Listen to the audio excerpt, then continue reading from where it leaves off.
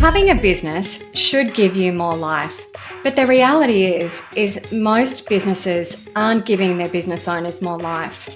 In our chat with Coach Hugh today, he shares the power of creating goals. Hugh Bowman, business coach, thank you for joining us today. Thank you for having me. Why did you become a business coach? It was actually more about what I didn't want to do, if you must know. It's not what you want to hear, but I'd previously an engineer, worked in the consulting industry, and I wanted to I wanted to live in Geelong, which is where my family are from, and I had a lot of kids at the same time. And I just had this. I actually read this book. There's a fable called Acres of Diamonds.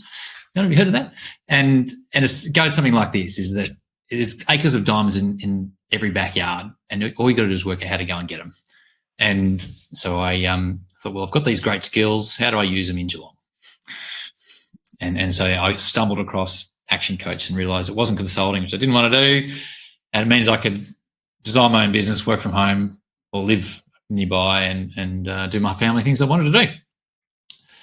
And then I ran to Action Coach, and well, the rest is history. 12 years ago. Number one thing that you find with working with lots of clients and trades over the years that gets the best result in business? Yeah, good question. It actually varies a bit, but with tradies, they just get bogged down without having a sounding board. Is a really big one.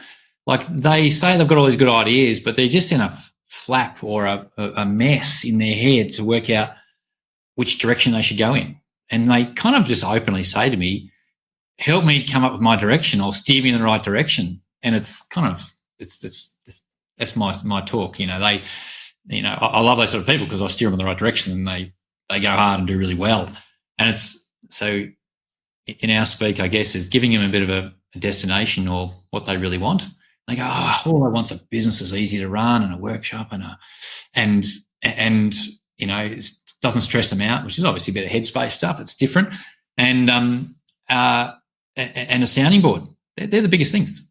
It's simple. Stripping it back to see what are the key areas that are profitable so that you can scale for the next. And linking it with their personal side is that business with 45 employees, that they're all like, they're virtually straight out of prison, these guys.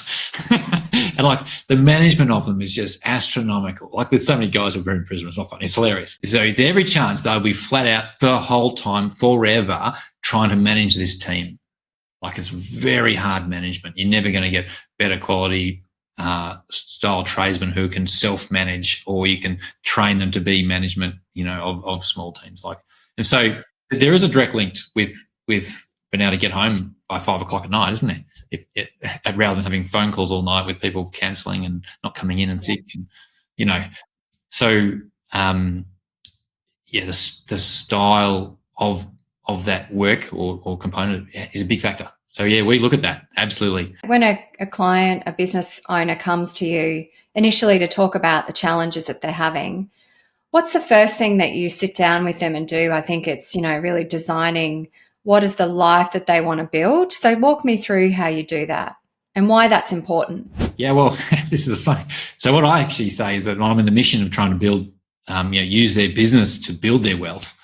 But I go, but the thing is, the first thing I do is work on their business and go, well, let's run the ruler over it and work. And the very start of it is, as you know well, we spend a chunk of time up front to work out what are their big personal goals. And I dig into this really hard and go, well, what are they trying to achieve and what's important to them?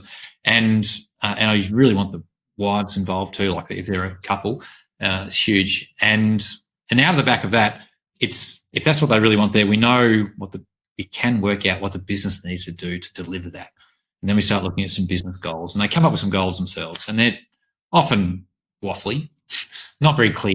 Like what? Give me some examples of that, like the roof tiling. I just want to increase my profit. And I go, well, why? And they go, well, and then I'm a bit sexist here, but the wife usually says, well, all I want to do is own our home outright. I just want to not have that stress because I've got my family and kids, and I go, well, it's not a bad one if that's the most important thing to you. and another guy actually said to me on a personal front, he said, well, he's married to just started with him actually.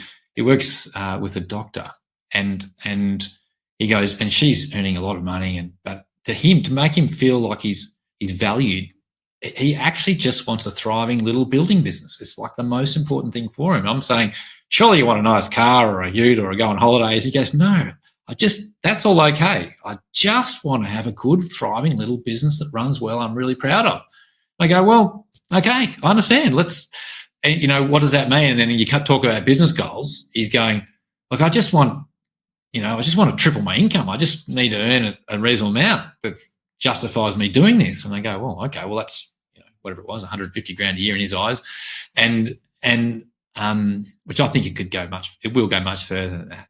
And I'm fully aware that, you push them into setting a huge goal they feel that they're never going to get to.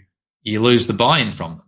And I can tell you, in 1 year's time, we're going to get to that little goal of tripling his income, and he'll go, oh, that's pretty good, but I want to do this now. It's like setting those shorter term goals and then stretching them beyond that. Yeah, once they get to that point, they will all of a sudden see the next better things. And I've told him, I mentioned before how his goal was he just wanted to thrive in a little business. That would really float his boat. And I've been in a similar situation, so I actually understand what he was saying there. But I said, I'm going to dig you. I'm going to push you with this, like not right now, because it's fair. You want to have a nice business. Personally, you want to feel valued for it. But I'm going to push you on this because we're going to do more here in this space of personal goals and things. And he's aware of it. But right now he can't see past that. So tell me about another client that you've got and what kind of goals did they have, or what sort of challenges did they have when they first came to you? Well, I've got plenty of examples, but it has changed a bit because in the last 9 months things have been a bit tougher. So they're coming a bit more with the whole, holy moly, I've got a 200 grand tax debt and I don't know what to do. Which I hate taking on these guys, but or they just, that one was a car restoration fella, and he does, that's could be a luxury item. Like if you've got a classic car that's, 1970 something coupe that you really want to restore, and the reality is they cost they do a really, really good job, and that's what he does. They're like $400,000, and that's not business money. You can't hide that thing, and so his business just shrunk overnight, so he just thought, holy moly, got a shrinking business, I'm going to collapse, and then all of a sudden, boom, this tax debt came out of nowhere. So that's a common one that's cropped up. Who has been the best mentor or coach for you? Frankly, yeah, there you go. Bruce Wilson at the moment. It's been for several years, 3-4 years now. Had several coaches along the way, but hats off to you for committing to your learning by listening to this podcast. And if you'd like some help implementing some of these strategies, then click the link in the description to find your local action coach. They can help you put these strategies into action and take your business and your life to the next level. In the meantime, like and subscribe so that you're the first to get our next episode. We'll see you soon.